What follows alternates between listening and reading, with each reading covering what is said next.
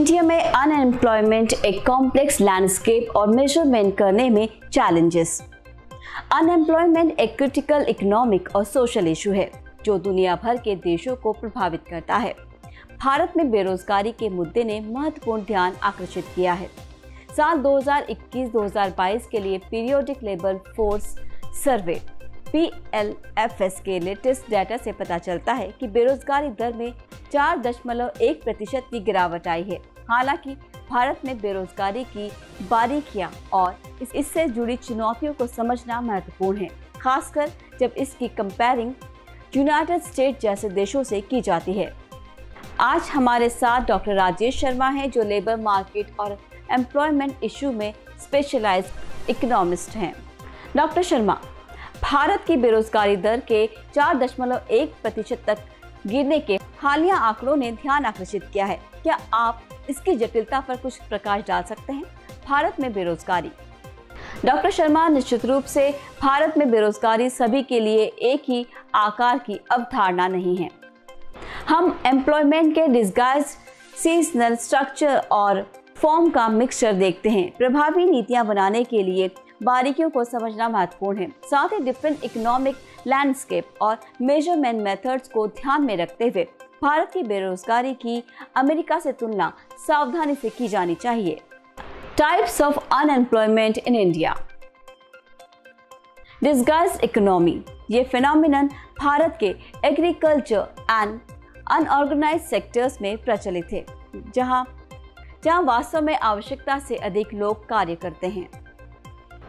Certain session of the year बेरोजगारी का कारण बनते हैं, पर्टिकुलरली एग्रीकल्चर लेबर जिनके पास पूरे वर्ष काम नहीं होता है।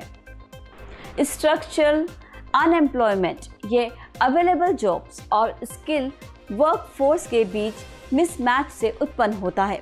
भारत में lack of skills and poor education अक्सर रोजगार के अवसरों में बाधा बनती है।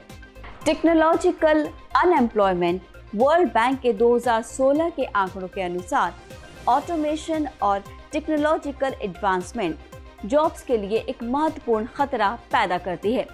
भारत को ऑटोमेशन से ईयर 69% नौकरी के खतरे का सामना करना पड़ रहा है। फ्रिक्शनल अनएम्प्लॉयमेंट ये नौकरियों के बीच का समय अंतराल है, जब व्यक्ति नए रोजगार की तलाश कर रहे होते हैं या नौकरियों के बीच स्विच कर रहे होते हैं। इनफॉर्मल एंड अनप्रोटेक्टेड अनएम्प्लॉयमेंट इस प्रकार की बेरोजगारी जहां वर्कर्स के पास प्रॉपर वर्क कॉन्ट्रैक्ट्स और लीगल प्रोटेक्शन का अभाव है।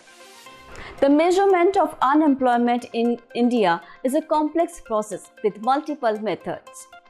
First, UPSS ये मेथड पिछले वर्ष में किसी व्यक्ति की सबसे महत्वपूर्ण गतिविधि के आधार पर प्रमुख रोजगार की स्थिति निर्धारित करती है। दूसरा, करंट वीकली स्टेटस CWS एक वीक की शॉर्ट रेफरेंस पीरियड को अपनाता है। व्यक्तियों को नियोजित माना जाता है यदि उन्हें पिछले 7 दिनों में कम से कम एक दिन में कम से कम 1 घंटे काम किया हो। भारत में बेरोजगारी एक मल्टीफेसिएटेड इशू है जिसमें विभिन्न प्रकार की बेरोजगारी शामिल है, जिसमें प्रत्येक की अपनी चुनौतियां हैं। समस्या की वास्तविक सीमा को समझने और इसके समाधान के लिए प्रभावी नीतियां बनाने के लिए बेरोजगारी को एक्यूरेट वे से महत्वपूर्ण है। भारत और यूनाइटेड स्टेट्स के बीच contrasting economic landscape different countries में बेरोजगारी को मापने और उससे निपटने के लिए सूक्ष्म दृष्टिकोण की आवश्यकता को रेखांकित करते हैं।